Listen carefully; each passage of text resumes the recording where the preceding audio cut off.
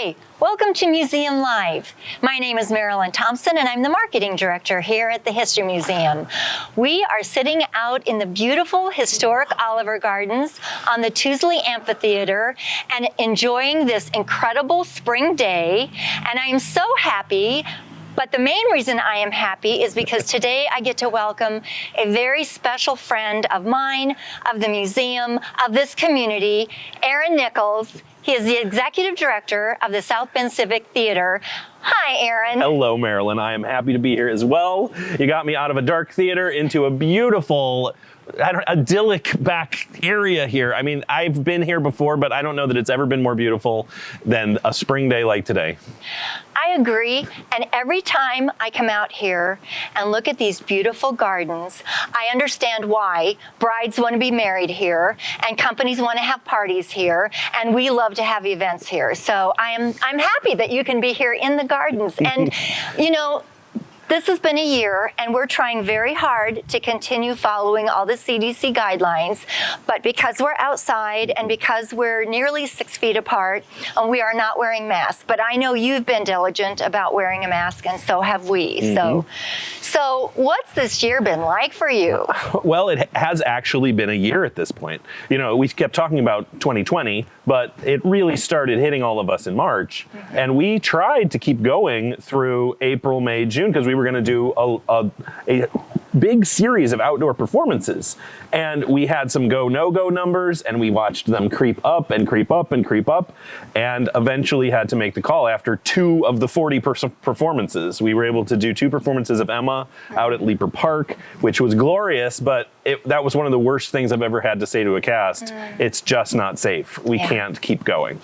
Yeah, you know, I was just thinking that a year ago, we, South Bend Civic Theatre and the History Museum, had been working for months on trying to get a partnership for Emma so that we could bring school groups here to tour the mansion and then come over to the Civic Theatre and see the performance. And I remember that it broke literally both of our hearts to have to say, we can't, this is not going to happen. We can't do it. And I think a lot of people feel like it's only one industry, but it really is everyone. Everyone who has public facing has been incredibly impacted by this. And I will say, you know, we traditionally have between 180 and 200 events a year. Last year we had 40. So, I mean, that is a profound impact and catastrophic for our budgets and our projections. You know, what that forced us to do, unfortunately, was furlough a lot of people. I have, because of PPP, the generosity of the Indiana Arts Commission, I have a little money to start bringing people back now, which is a good feeling, but we have to be cautious because it is still out there.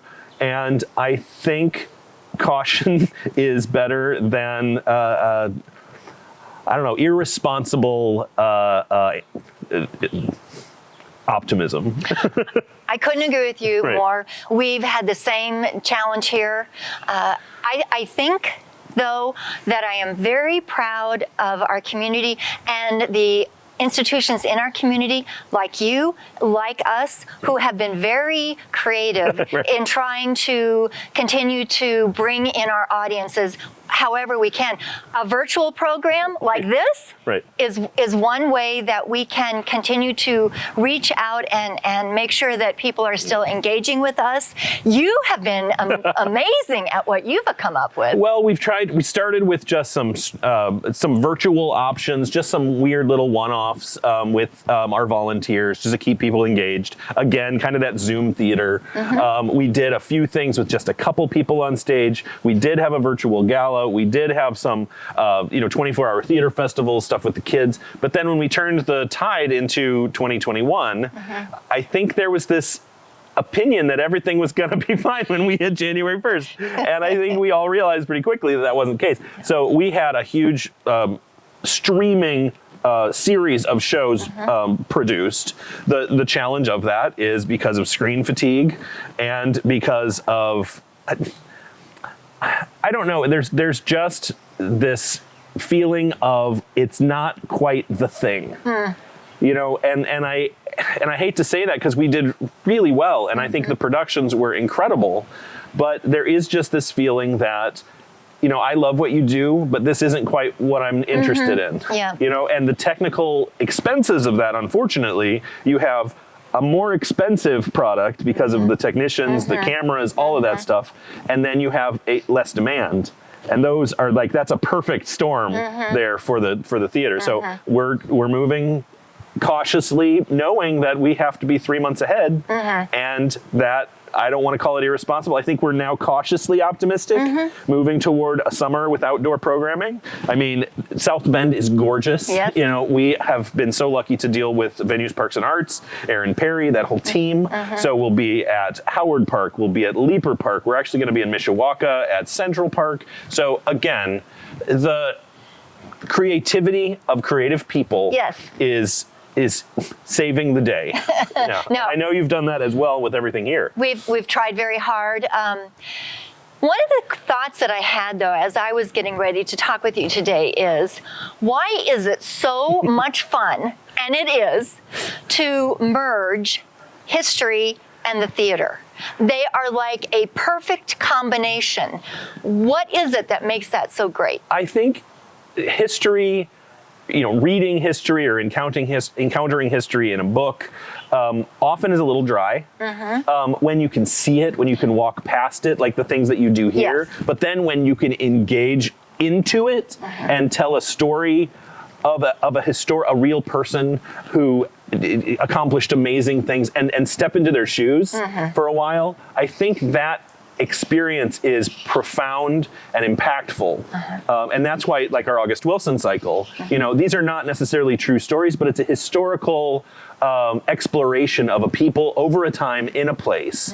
And taking that journey helps you understand that group so much better. Yes. And I know that that's the case for all the exhibits that you do here too. And we love connecting with you to bring alive some of the already interesting exhibits that you have, and I hope we can, when it's safe to do so, I hope we can continue doing that. Oh, we absolutely will. I was just thinking back on when Civic Theater presented the Christmas Schooner. Oh, yeah. And our Director of Education, Travis Childs, came and prior to performances would give a brief talk about actual shipwrecks on the Great Lakes. And I think it was very popular. Oh, it was. Not only the production, but also being able to tie in some local history. And that was quite fun. Every single year, I know we think, okay, how can we make this work this year? What can we do this year? But I agree with you. And in fact, if you don't mind my saying, I thought it was delightful that you presented Van Gogh on your stage, because we had presented that on our stage maybe 4 years ago. And the same actor, of course, Bill Spelmo, did a magnificent job in both cases. So I do think that there's that great partnership opportunity connection, and I'm just so grateful that we've been able to do it so many ways. And I think it's a great example of partnerships making a community stronger, because I think there's this zero-sum kind of feeling that you get in nonprofits or the arts, like we're all competing against each other, and I have never bought that. No. I believe that we can all tell better stories when we play in the same sandbox or play together. Yep. And so far that's proved definitely true. And I don't know that I have one example that, you know, when both organizations are earnest, that it doesn't work. Yeah, no, I agree with you 100%. And it's good not only for the organizations, but mostly for the community, for schools, for the families, for people who want to come and experience theater but want a historical setting, for people who want to experience theater but want a little bit of history. I mean, there's just so many ways that we can make it work, and good for us, because we do try hard, and I think we've been successful at it. But as a theater goer, I have missed you too. I really have missed. You're right. Sitting in that dark theater and the excitement of just waiting for the first actor to come on stage. It's communion.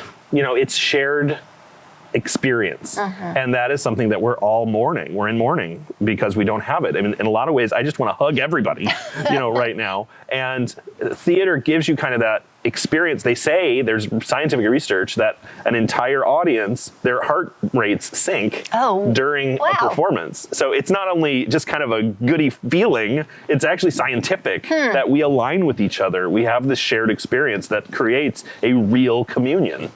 Okay, so now I know that we're going to go into our exhibit gallery and we're going to say, okay, do you mind if I take your heartbeat? Because I'm trying to see if it's synchronized with this person over here. But, well, Aaron, it is a gorgeous day, and I'm glad that you could be here today. I'm glad that we can begin connecting, even if in some small way. I have been watching all that you've been doing virtually this past year. I'm sure that you've been aware of some of the things that we're trying. This type of virtual program is exciting. As you may know, Museum Live, this is our second one, but we're reaching out to community leaders. So you're a community leader. I am very flattered by that. Thank you so much. Absolutely. So stay safe, and thank you for protecting your audiences and the people who love theater. Thank you for looking ahead to better days ahead, and we'll come up with something for 2022 that will knock everybody's socks off with our partnership. So thank you, Marilyn. You're welcome. Thank you for being here, and thank you for joining us. Stay tuned for next time when we bring you another great community leader for Museum Live.